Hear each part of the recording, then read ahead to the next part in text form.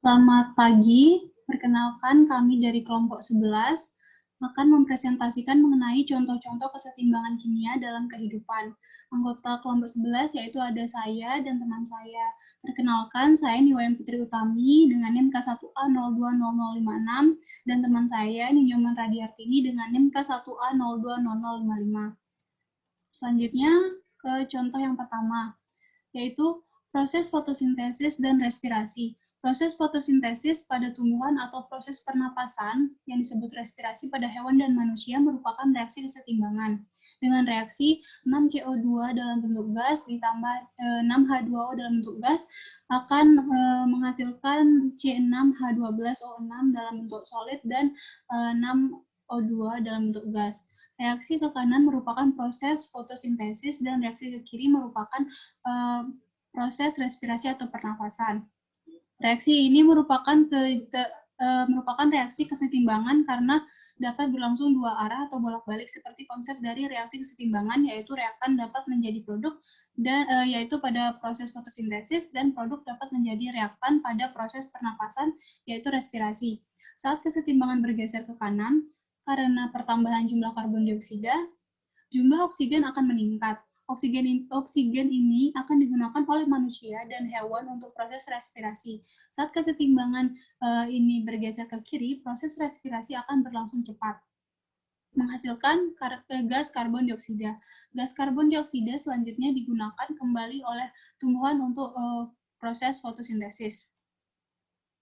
Reaksi tadi akan menghasilkan saat tumbuhan berfotosintesis, maka oksigen yang dihasilkan akan bertambah karena karbon dioksida yang digunakan banyak.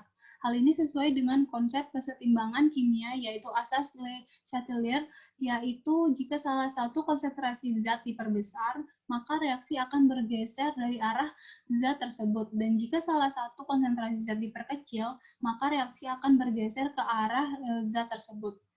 Selanjutnya akan dijelaskan oleh teman saya. Terima kasih. Selanjutnya, pengikatan oksigen oleh darah. Proses pengikatan oksigen oleh darah merupakan reaksi kesetimbangan karena dapat berlangsung dua arah atau bolak-balik, seperti konsep dari kesetimbangan kimia. Hemoglobin atau Hb mengikat oksigen membentuk oksihemoglobin, kemudian dibawa ke seluruh tubuh melalui sistem peredaran darah. Reaksinya, Hb ditambah O2 menghasilkan HbO2. Reaksi pengikatan oksigen oleh Hb terjadi dalam paru-paru.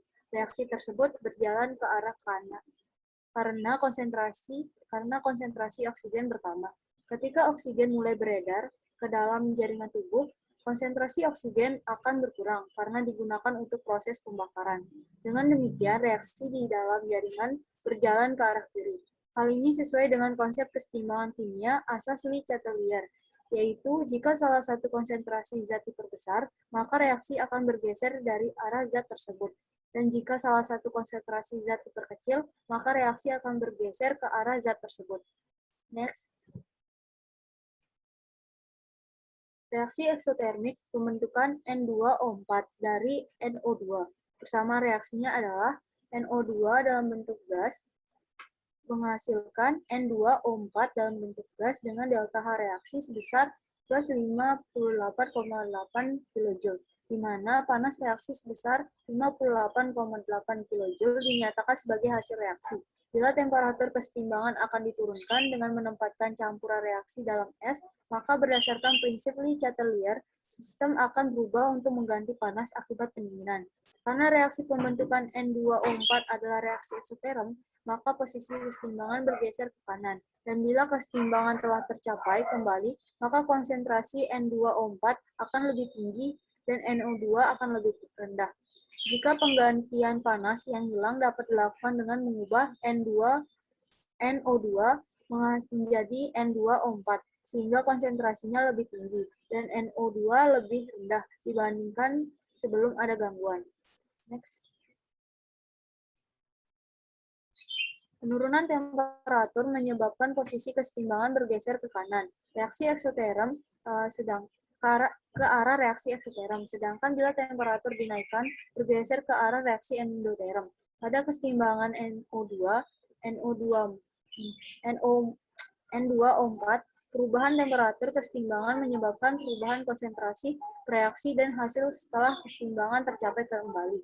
Tetapi dalam hal ini, perubahan konsentrasi terjadi bukan karena penambahan atau pengurangan zat atau perubahan volume. Next. Sekian presentasi dari kelompok kami. Apabila ada kekurangan, mohon dimaafkan. Terima kasih.